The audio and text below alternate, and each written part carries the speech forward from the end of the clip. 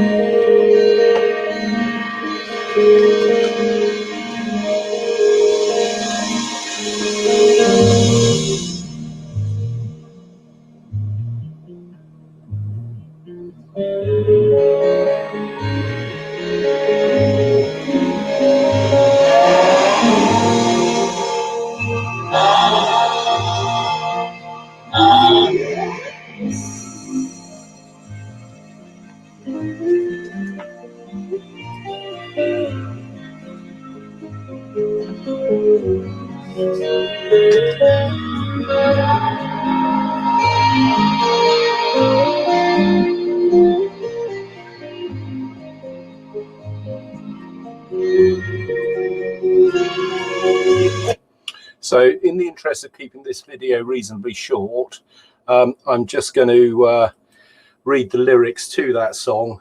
In the downloaded version of this, I'll add it into the stream and play it through. So these are the lyrics to that song. I was born as a pantomime horse, ugly as the sun when he falls to the floor. I was cut from the wreckage one day. This is what I get for being that way. Well, did you ever go round with them?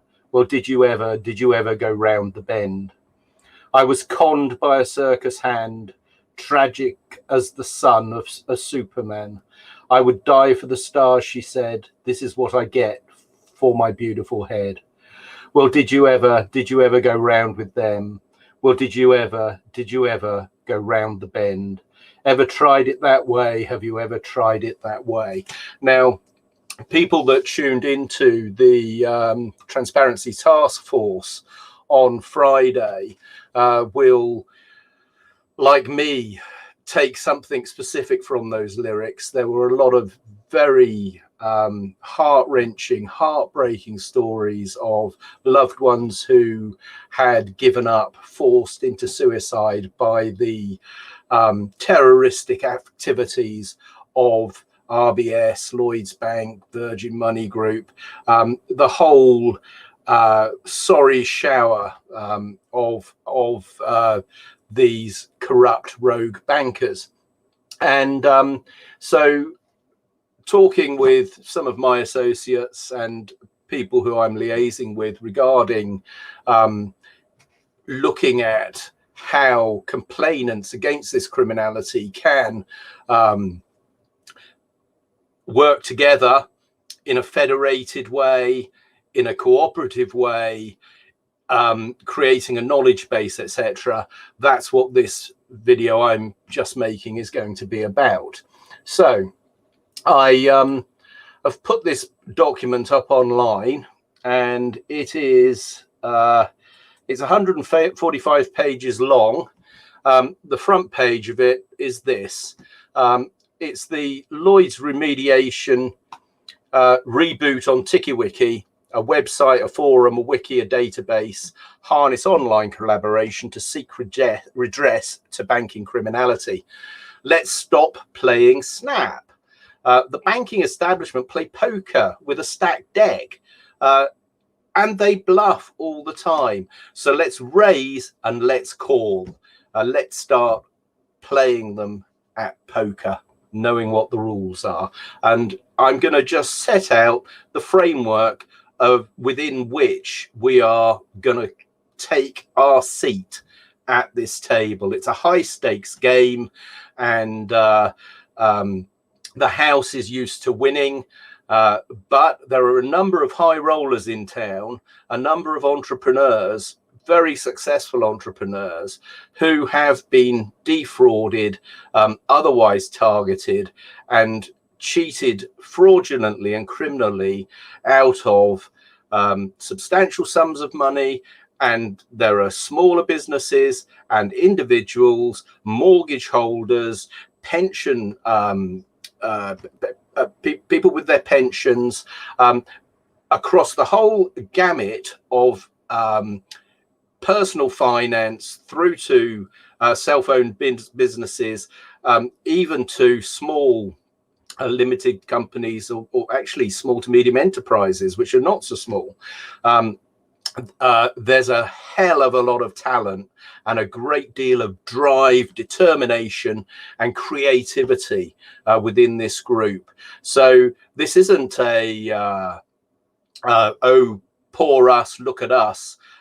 We are not victims, we are winners, and we're going to take back control and forming ourselves into a formidable force which already exists in pockets, but sadly in silos. And the way the internet is designed and the way that the banks deal with through their high price city lawyers and their high price city insolvency practitioners, there's a collective of these people also in the regulatory, I think that regulatory capture, that's something else that we'll obviously look at as well. So this is the front page of this document, which is linked to in the description, etc. So if we just turn the page here, I did a tweet storm earlier, and what I made the statement: an NDA, that's a non-disclosure agreement, a day keeps the lawyers away. But that is the lawyers for the complainants, because each case becomes a unique case that needs to build its own discovery. What we're designing here is a federated, anonymized brains trust with searchable databases of evidence, which can allow individual actions or class actions to search the database of evidence so that it can be used to ask specific inquiries in discovery of the lawyers are acting for the banks, and the banks will be forced to outright lie on specific points. So often it happens in case that it's, oh, surely some mistake, oh, we didn't know. But this is a way to actually ask the specific on-point questions that we know they know the answers to. And so if they say, no, we don't have an answer to that, or we don't have that document, we can produce it. If they say it doesn't exist, notwithstanding Fred the Shred, of course. So that's what that's about. We've started designing the Swiss Army knife of online discourse. I ran on TikiWiki for a short while their demo thing. We're building one in Stockholm on a server up there, which will be unhackable. Obviously trying to avoid the fate of Julian Assange, who famously got into all sorts of trouble when he went to Stockholm to talk about having his servers with the Pirate Party, but I digress. And here he is, Antonio Horta Osorio. So this is the front end of our pantomime horse, people, which I will get to in a minute. They have just announced their half year 2020 results, and Antonio is off to Citigroup as the CEO. Right, now then, so these two pictures here are what I want to now move on to. There are links at the back of this document to these PDFs online, so you can download them and look at them in a big screen and open the links so that you can study the various windows as we go. And so I'm just going to briefly run through those to give a framework. So the first one is this one here, which is this one here. There it is on my big screen. And read from left to right and top to bottom. The years along the top is a timeline from 1979 through to 2021 to 2025. And so, as any good story, we have a beginning, a middle, and the end. The beginning of our story is really when in 1979 Margaret Thatcher's government came in, leading to Big Bang in 1986. And Big Bang was deregulation of the city and a brave new world. The city was no longer Kansas, and the basic thing to do with that was that stockbroking firms no longer had partnership personal responsibility for their deals. Basically what that did was took skin out of the game and set up an environment in which criminality could and did thrive and flourish. Then in 1997, the Blair government came in that accelerated a neoliberal, top-down technocratic approach to things like public-private partnerships, PFI, and all the rest of it, privatization of the national health and so forth. In 1999, there was the World Trade Organization meeting in Seattle, where there was the first organized pushback from what would be called the first Occupy movement. Then the dot-com bubble burst around Y2K bug, dot-com bubble burst, recession, early 2000. Then the ups and downs of that decade, the noughties, and the higher the digit got, the naughtier the noughties became. And peak naughtiness was really 2000 and 2008, when we come to the global financial crisis. And the global financial crisis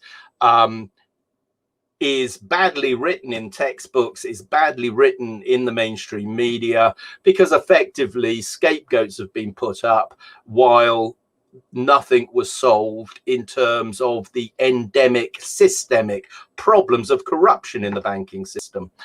Everything that's happened since is all about Basel III capital requirements, and we want to build these robust banks and what have you. What we've had since that time is zombie banks, and they have repaired themselves by helping themselves to the hard-earned assets of people who have run successful businesses through prudent enterprise and prudent and creative business management, which is a long-term process. It takes a long time and a lot of effort. The short-termism which we see in the city is founded in the quarterly reporting, the annual bonuses, and so on. So that's the middle of our story, the financial crisis, global financial crisis. Then you get the European debt crisis, the Greek debt crisis. The coalition government came in 2010. Call Me Dave and Nick Clegg now at Facebook and their Libra currency. We'll get on to that. Then the Cameron government got it in 2015. Call Me Dave then went on. There was the Brexit referendum. And then we had 4 years of shenanigans. The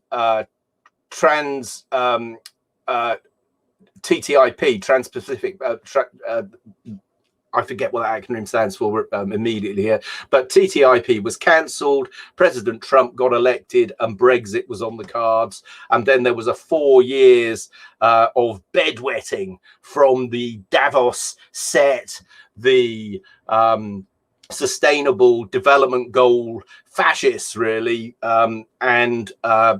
Lately, with the pandemic, we've got the second-hand volcano salesman himself, Klaus Schwab. I do believe he's promoting a gated community of volcanoes, trying to sell them to all his mates to make a few quid.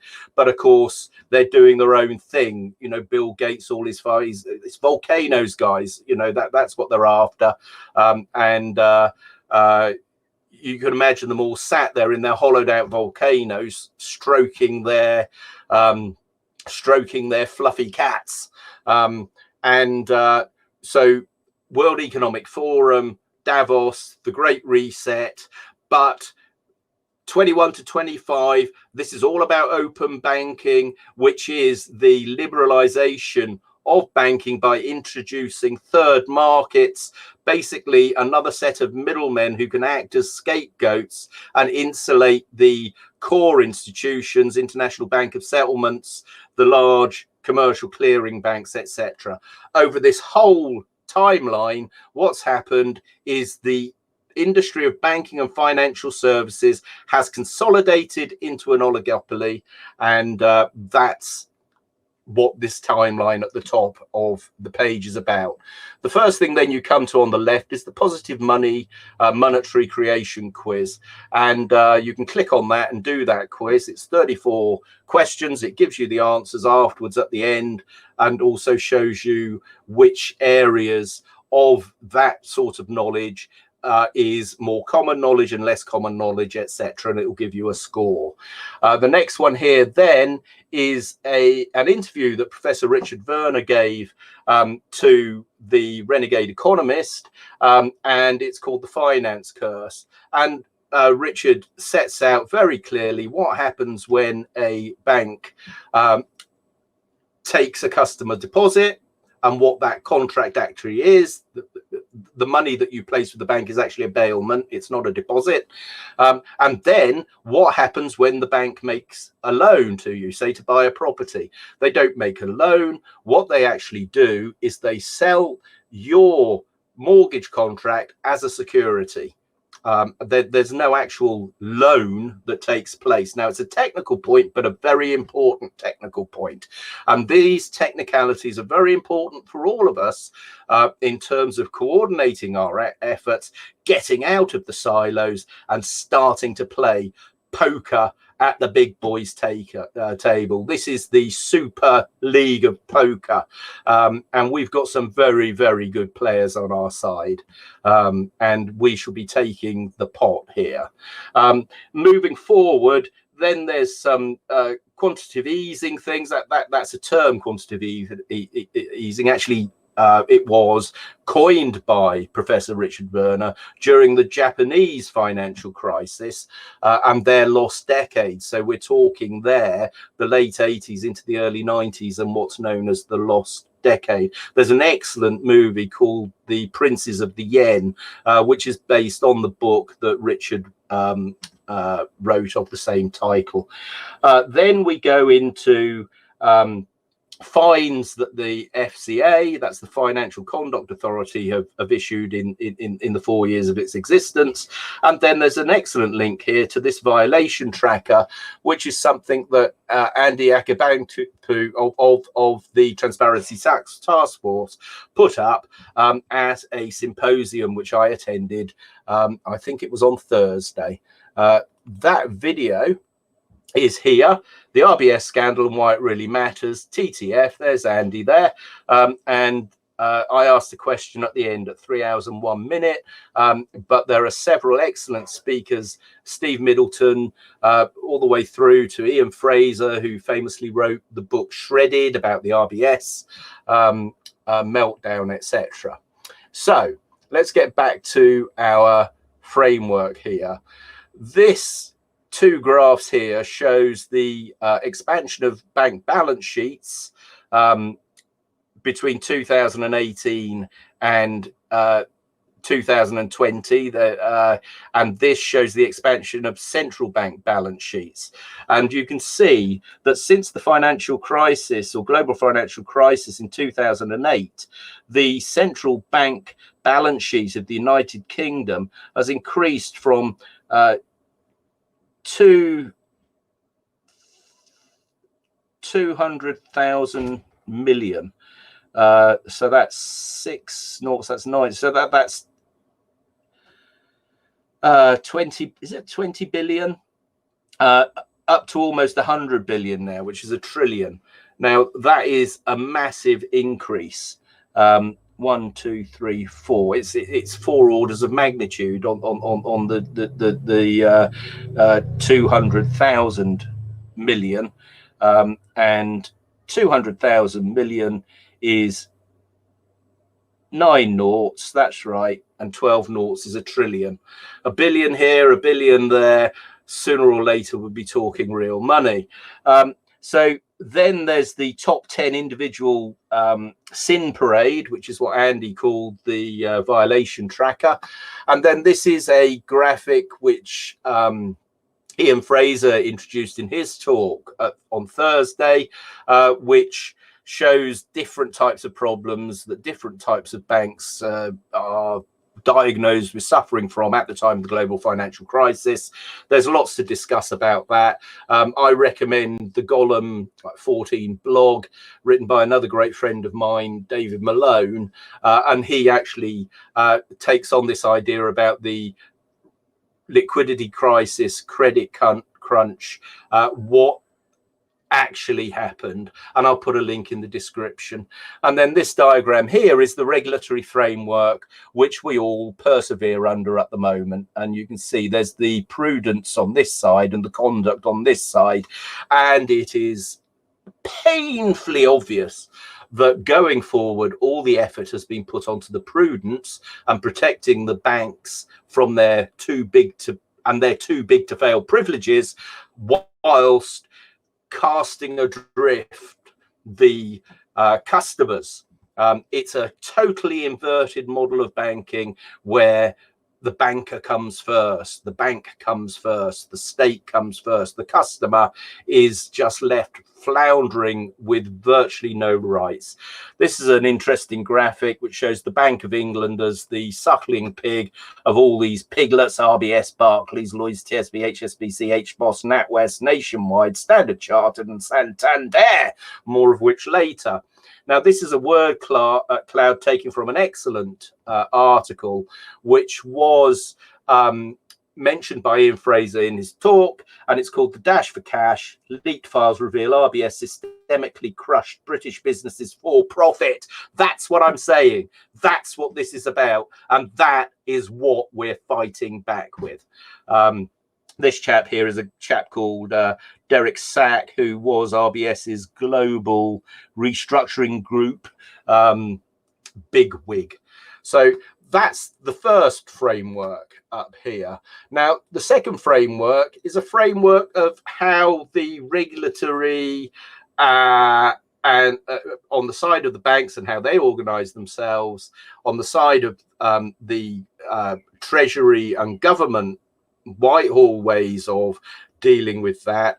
And then over to the right, we have our team, the team that's going to stop playing snap. And so we have a number of existing groups. This is not a definitive list. This is a framework, remember. So you've got the all parliamentary group. You've got this new thing, the Business Banking Resolution Service. You've got the Transparency Task Force, which is Andy's excellent organization.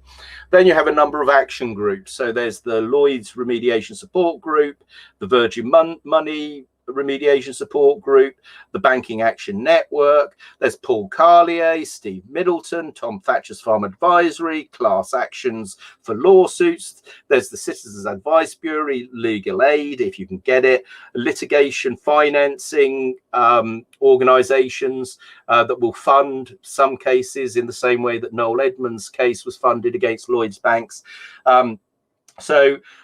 What we're putting up is a portal of advisors for people who have that nagging feeling at the bottom of their gut that something wasn't right, they have been ripped off, and other people, other of us that have been in this process, can actually vouchsafe for who are the good guys, who are the controlled opposition, who can be trusted, who's really only in it for themselves.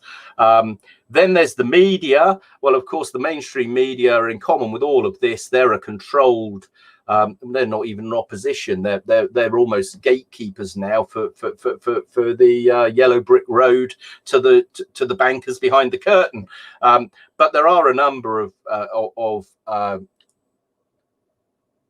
media outlets who are not captured, and so Ian Fraser, UK Column, Bond Review is a good blog. So if you're a Blackmore Bond victim, not a complainant, we're not victims, we're complainants.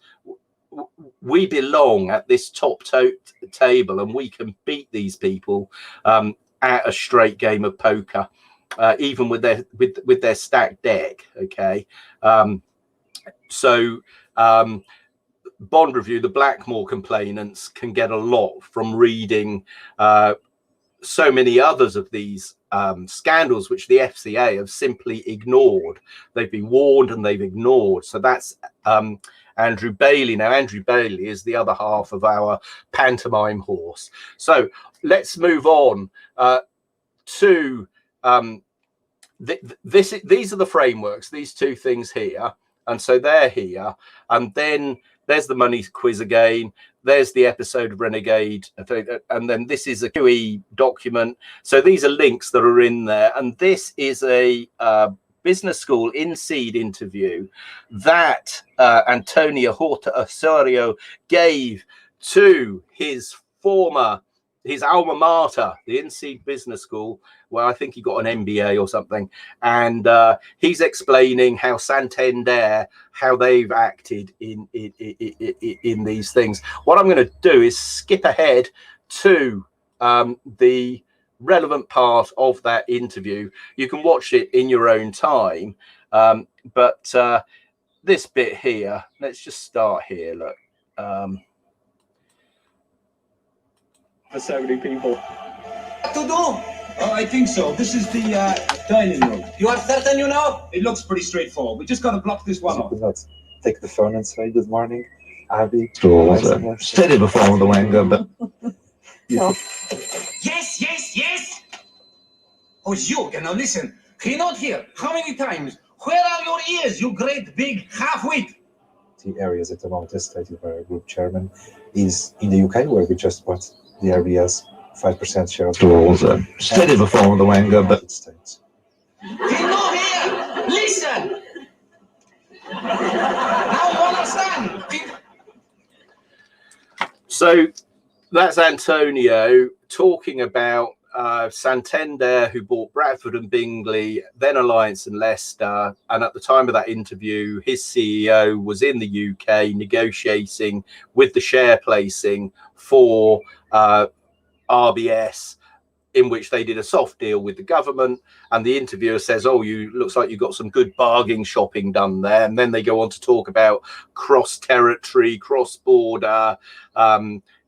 What it reminds me of is the practice of hiring foreign mercenaries to suppress domestic populations, because honest people from within a community will not act against the interests of that community when it comes to a shooting war.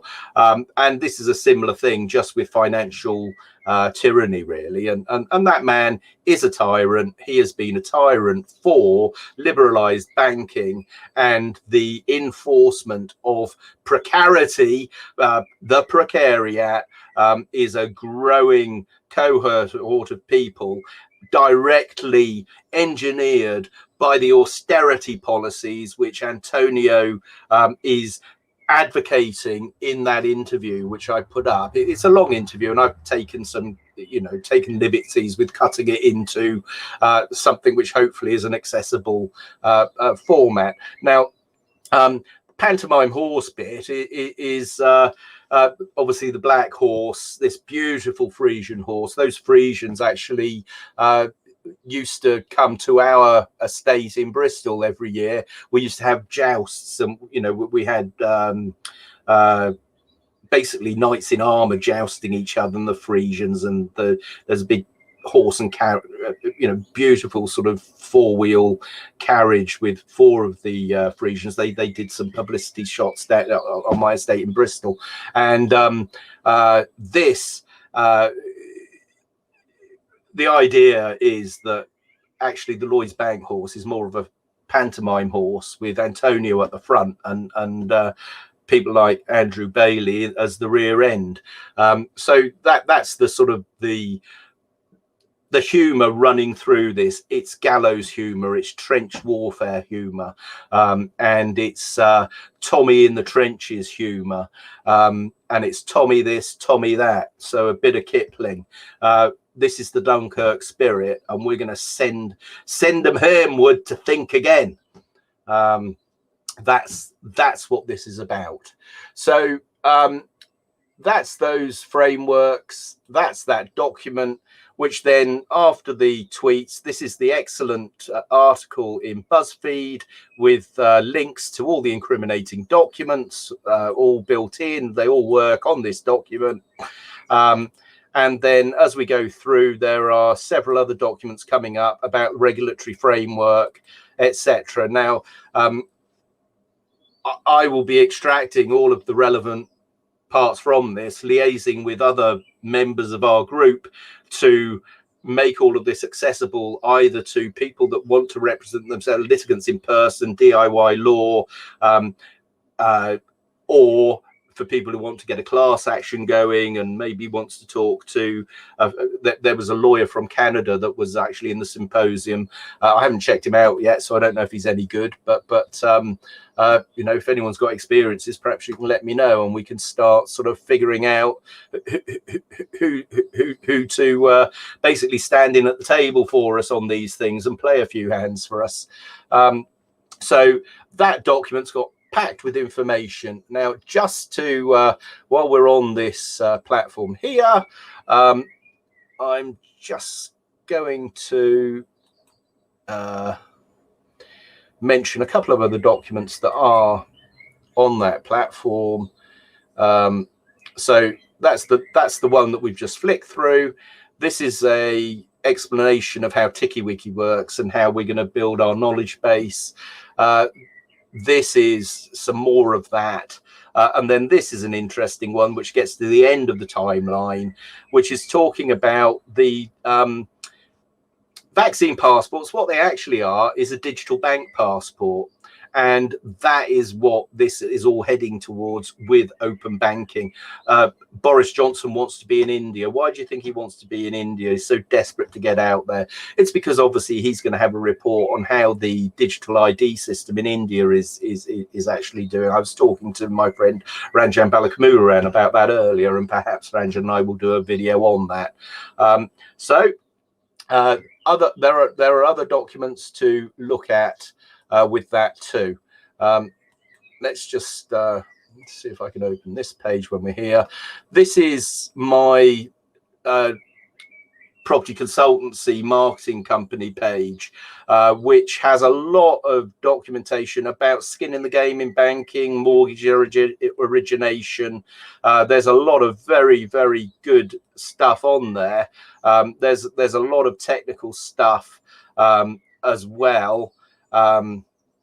We come down this series is very good, the Creorder Out of Chaos thing, which explains the consolidation that's going on with the big globals as SMEs are actually being forced more and more into debt pimped by the government, controlled by the banks, putting people into very vulnerable situations. I've called it Covid-Strojka, which is a bit like, you know, this is Alexander Zineviev's The Yawning Heights. What I did, it's a satirical novel, and I've taken extracts from that, which apply very well to what we're doing at the moment. Mr. Churchill's Exercise, this is talking about going back on the gold standard, coming off the gold standard, talking about the impossible trilemma of economics, international trade, domestic trade, and monetary policy according to a fixed supply of money, etc. So there are a number of technical points about geopolitics, the dollar as a reserve currency, special drawing rights, how the World Bank, the International Bank of Settlements, the World Trade Organization, the United Nations, the World Economic Forum, the Treasury, the Bank of England, the Federal Reserve, the Bundesbank, the European Central Bank, the European Commission, various structures of governance, which all feed into the general direction of flow and what's coming next, or what's being planned next. So that's the Real RLD Yumpu channel, and even though I say it myself, I've compiled most of these, well, all of them actually, but they will give you a good framework. There's one called the Framework of Understanding on Affordable Homes, which for boomers like me who are, you know, in their mid to late 50s, it's a different perspective to you know, the young uns coming up, you know, and my company, Moduloff Homatics RLD, what we're interested in is actually empowering the younger generation with critical thinking and great business skills to actually leverage the great talent that exists and the wonderful framework that exists for pushing forward with business in the UK. I'm pro-business. I'm actually pro-banks, but not bank criminality, which is a point I make in the symposium the other night. So this is my blog, the Grub Street Journal, and I did this post in March 2021, and this was Paul Carlier's talk at the Transparency Task Force, and talking about the failings of the Financial Conduct Authority under Andrew Bailey. And Andrew Bailey is actually now the governor of the Bank of England, and it's well worth looking at that forum. I'm going to do another blog based on this video, what I've just been showing you, and then also including this video. And I think what I'm going to do is I'm going to wrap up this broadcast by actually, I mean, this sounds it seems a little bit narcissistic, but it's not. But obviously my train of thought when I joined this discussion, I'd been working on all this stuff, and so this is actually a good summary of where my thinking was during this symposium. So let's just have a listen. Thank you, Roger. Yeah, hi, my name's Roger Lewis. I'm calling from Sweden, my house in Sweden, but I'm a British citizen, and I've had businesses in the UK for the last 30 years. I managed this business with Julia Davey, who some of you may know.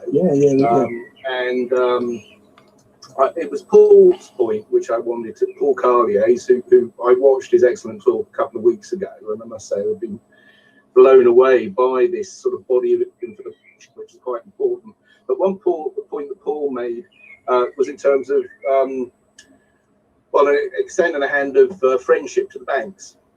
And also Mark made the same point. Now, you know, in dispute resolution, you know, one must be grown up and what have you, but the banks fight dirty, and there's no point pretending they don't. And the point I particularly wanted to bring up was, well, no one wants the bank to go bust, because if the bank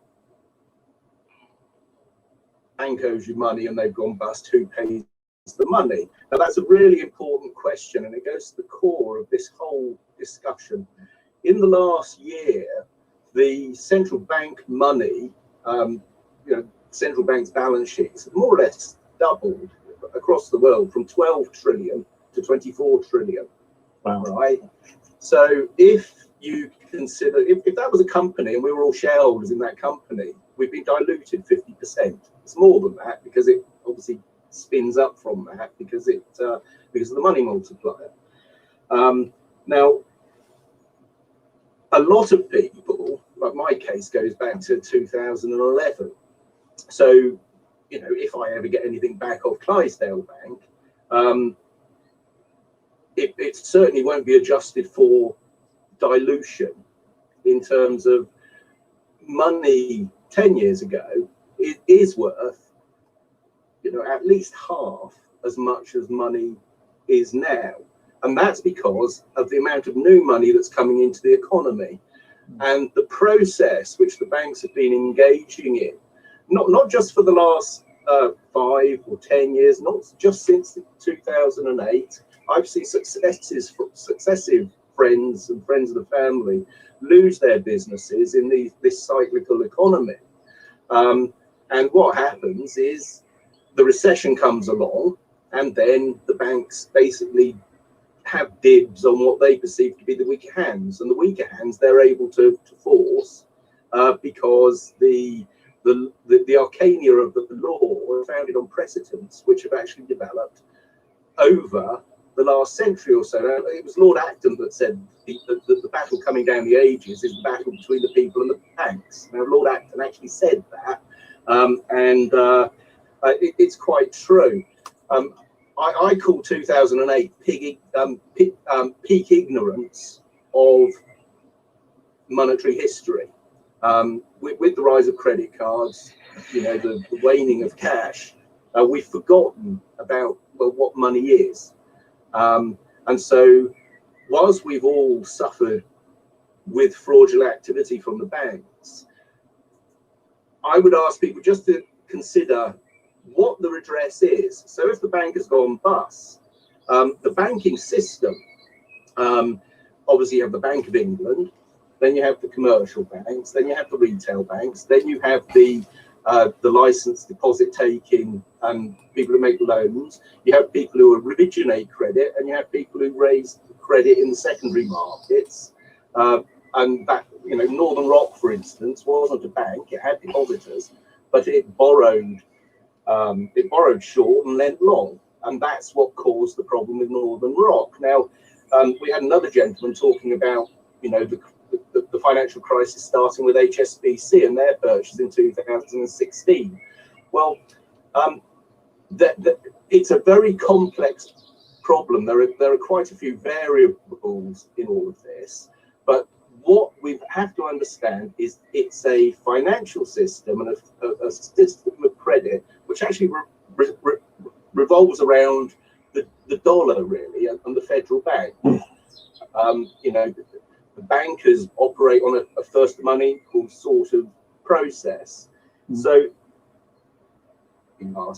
we are undoubtedly up against a very powerful enemy. Roger, they are an enemy.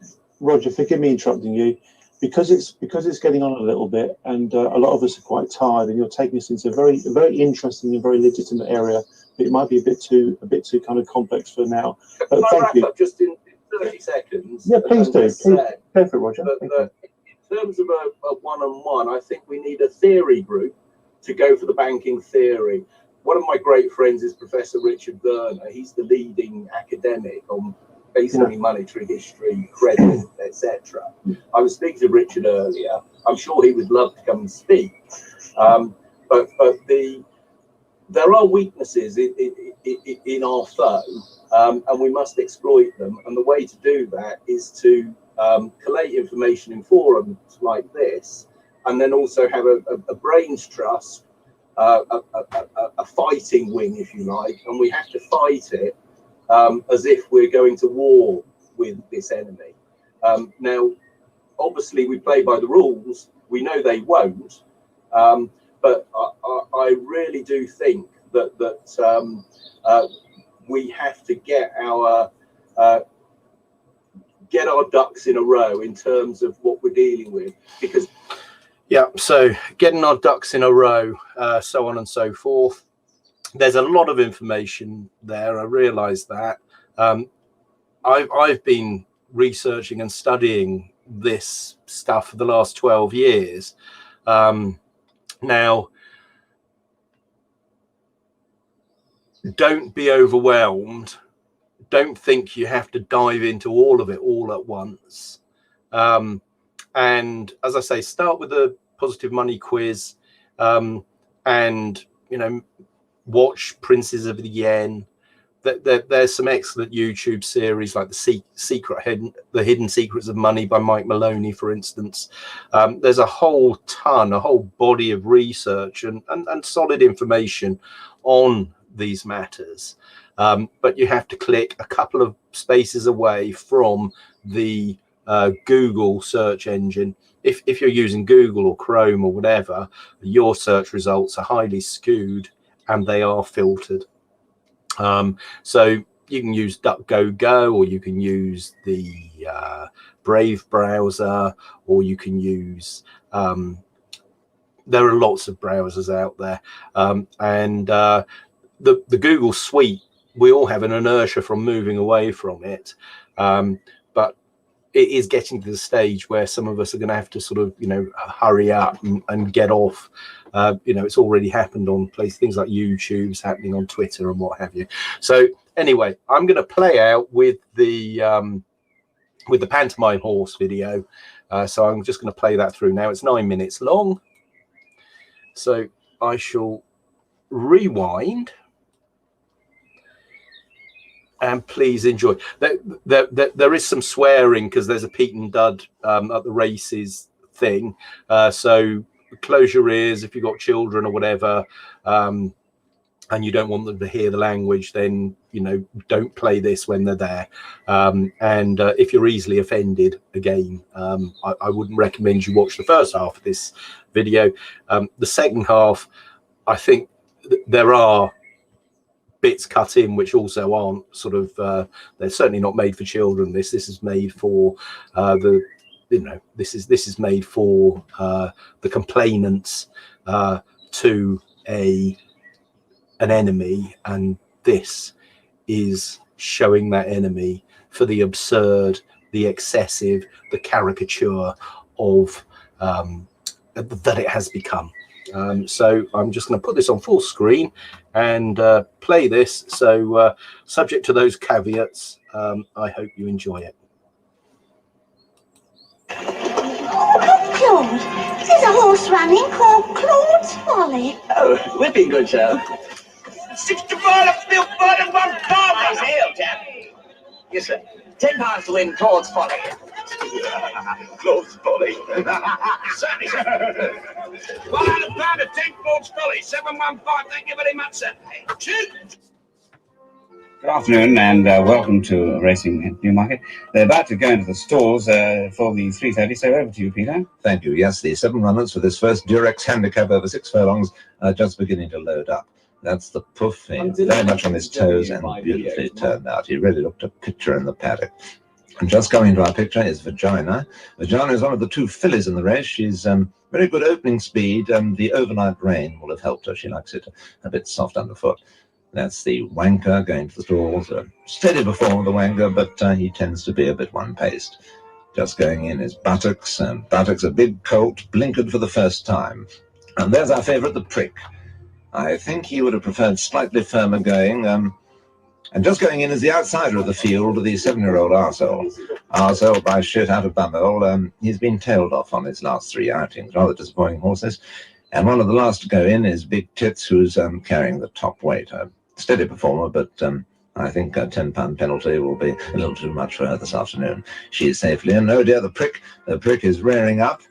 He tends to get excited, a very excitable horse. I remember he had to be withdrawn at Lingfield. Yes, they're going to put the hood on him. They're very good, the handlers here at Newmarket.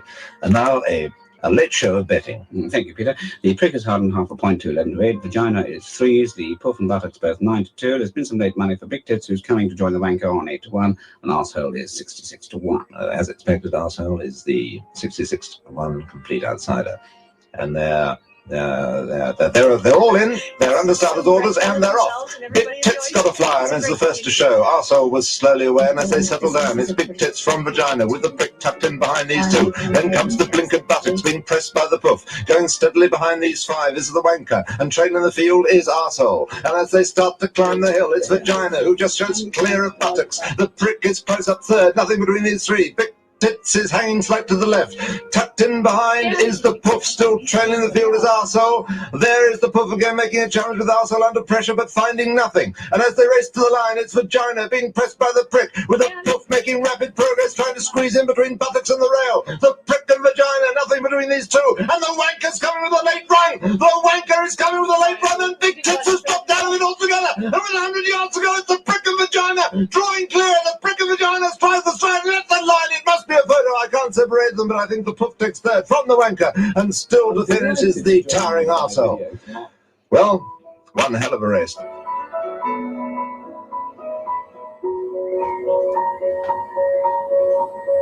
At Lloyds Bank, our #1 priority is keeping your monies. That's why we will never call and ask you to move your money into another account.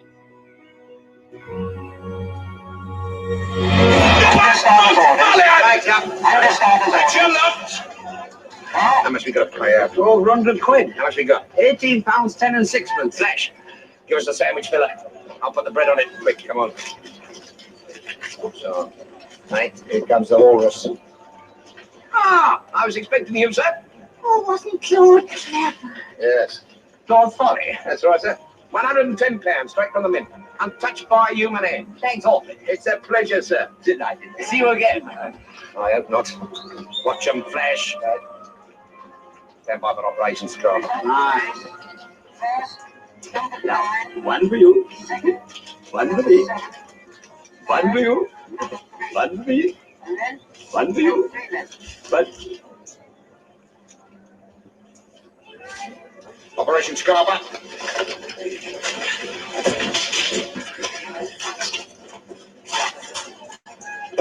Ice cream! Tutti pronti, ice cream! Occhio pochi, ice cream! Tutti pronti, ice cream! Arsehole by shit out of bumhole. He's been tailed on and beautifully turned. Which I have. I broke my leg. I just had to retire to the step farm. Just simple words there, reacting it. You're quite emotional by that. Well, it's just, it's been, it's been such a tough year for so many people. What to do? Oh, I think so. This is the dining room. You are certain you know? It looks pretty straightforward. We just got to block this one off. You could not take the phone and say good morning, Abby. Steady before the wanker, but Yes, yes, yes. Oh, Jürgen, now listen. He not here. How many times? Where are your ears, you great big half-wit? The areas at the moment estimated by our group chairman is in the UK, where we just bought the RBS 5% share of steady before the wanker, but United States. He not here. Listen. Now you understand. The problems they were facing at the time. It sounds like you had some good bargains. steady before the wanker, The but most important thing, it made whole sense, and the economics were good, were prudent, and so financially it made sense. Strategically, it was critical for us. So how much of the UK market do you own? I mean, where are you ranked with all the other banks? We are at the moment ranked in terms of retail as #2, and overall. Oh, Mr. Foldy. I'm very sorry. Very sorry. It's you. Yes, it's me, Mr. Foldy. Polly, no, she very busy. Men, yes, men are here. Men are work. You work, men. Yes. Which work? Yes. And also, especially given our Formula One steady before the wanker, but of Lewis Hamilton in the UK and of McLaren. So we had a 90% awareness. Of those 90% that knew us, 85% had a positive consideration towards the brand, which was important. And on the other hand, we had just bought Alliance and Bradford and Bingley. So we had to make a decision Man with beard. Please, which one is man with beard? Khib. Si. Khib. Ag. Ang. Si, come on. Arsehole by shit out of bumhole. He's been tailed off. See, one moment, please. You are a hideous orangutan. Arsehole by shit out of bumhole. He's been tailed off. What's the economic situation outlook looking like to you in the UK in terms of jobs? We're seeing, I don't believe in jobless recoveries, but that seems to be what everybody's talking about. I think we had an unprecedented crisis, almost unprecedented, at least for the last 70 years. And that unprecedented crisis originated unprecedented measures of support to the economy, which was the right thing to do. But now that that panic was overcome, we have a problem in the Western economies where we have to deleverage the economies, i.e. people have to live within their means.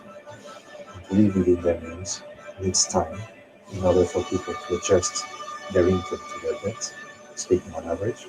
And on the other hand, now we have to also gradually repay the huge fiscal boost that the Western economies injected in the economies when the crisis started 3 years ago. So we have to deleverage and we have to adjust the fiscal position. Getting that leads ultimately to this recovery moving forward. The launch of the 4th annual Business Digital Index. I'm really sorry about the index is highly valued by me and Costco for identifying what digital skills small businesses and charities both have and lack. It's crucial for highlighting the challenges these organizations face to making the most of digital technology, and I'm grateful to Lloyds for producing the report, as it is vital for evidence for policymaking. Beautifully turned towards steady before the Wenger Arsehole by shit out of bumhole. He's been tailed off.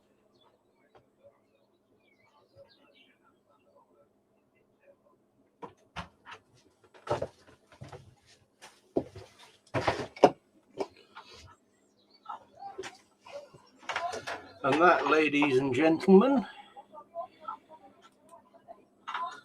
is a wrap. Thanks for watching if you have been, or if you see this later. Links will be in the description. I'll do that later. I was just shooting off to a family barbecue now. It's a beautiful day here in Sweden. What a joy to be alive. I was talking to a great friend of mine, Tom Thatcher, the other day, from Tom Thatcher Farm Advisory. All you farmers out here, out there that have had this done to them, you can do a lot worse than give Tom a ring. I said to Tom, who's don't let the bastards grind you down, and Tom is a great Latin scholar, so noli illegitimae carborundum was his response. So on that note, it's up and away, guys. We've got a good hand here. The river looks good for us, and let's not fall for their bluffs anymore, because we're at a high stakes table, and we are the high rollers. So let's roll into town and give them hell.